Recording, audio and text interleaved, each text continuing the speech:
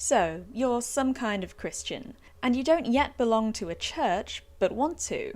But which one? Of course, the way you choose a church is going to vary depending on the kind of person you are, but here are 5 important things worth bearing in mind for anyone. Number 1, the vibe. It's easy to laugh off, but this is something that isn't spoken about highly enough or nearly often enough. Think about it this way. When you were in university or at school, what kind of environment did you need to be able to study most effectively? Maybe you had your earphones in to listen to music. Maybe you needed complete silence. Maybe you'd sit in the public library to be around people. Maybe you needed to be completely alone.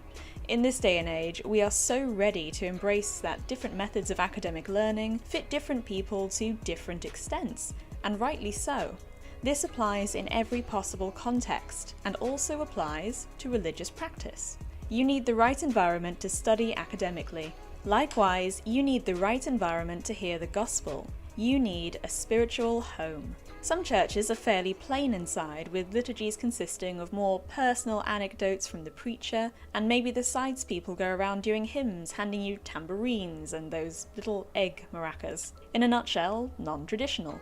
Other churches are steeped in history, with traditions and a language that come from another era. The history is palpable in every practice. Forget street cred, forget your own pride. More so than with anything else, faith is extremely personal. So what if you feel more touched by a jazz version of the Kyrie? And so what if the Latin really makes the meanings hit home for you? Do what works according to how he made you, as far as you can.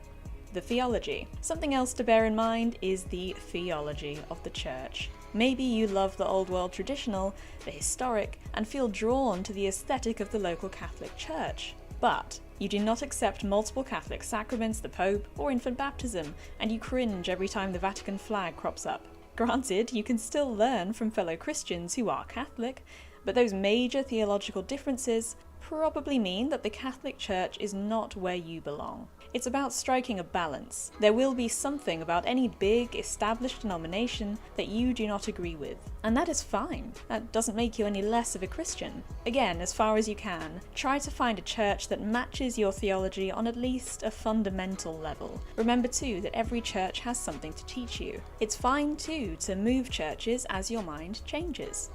The people. Churches are communities. They are designed with fellowship in mind. While it isn't the only thing, it is very important to be able to join the church community in some way. You do not need to share politics, you do not need to share theology, you do not need to be of the same generation. Just as with the vibe section of this video, it does not matter how it looks from the outside. What matters is how you feel on the inside with these members of your congregation as fellow worshippers in close quarters. Speaking as a Westerner, most churches are incredibly friendly. By nature, a church is rare in that it's somewhere where it's more socially acceptable to talk to strangers, which breeds a culture of openness and general lightheartedness, even in the UK, where we throw people in the channel for making too much eye contact.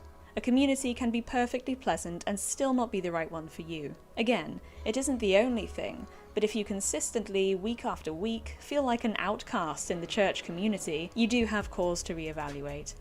Convenience. This is another underrated aspect of choosing a church.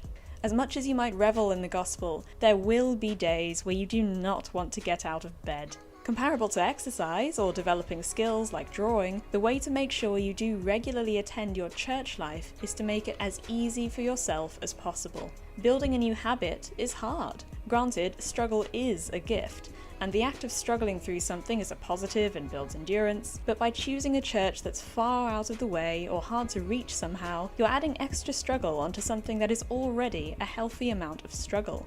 You're increasing the likelihood of giving in to temptation and not going to the service, feeling bad about it, all the while missing out on the benefits of the service itself. Don't be picking churches 50, 100 miles away. Go to your local church. It's more important that you attend than that you worked really hard to make it to the car park.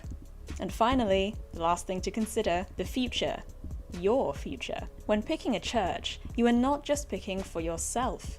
You are picking a place in which you develop your faith in a major way, which will have a knock-on effect on how you share faith with your spouse, your children, your grandchildren, and so on. You are also potentially picking the church to which you'll one day take your children, even if you have none now. You aren't just picking a theological study group.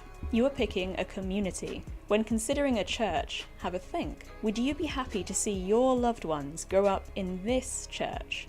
The vibe, the theology, the people, the convenience, and the future. There's a lot to bear in mind when choosing a church. But remember as well, church attendance isn't a contractual agreement. You can flit about, you can experiment. You can also attend multiple churches if you want, there's nothing stopping you. I hope that helped. If you like this video, check out the rest of my channel for some more theology, general life-affirming nonsense, and Christian trivia to impress people with. Bye for now, God bless.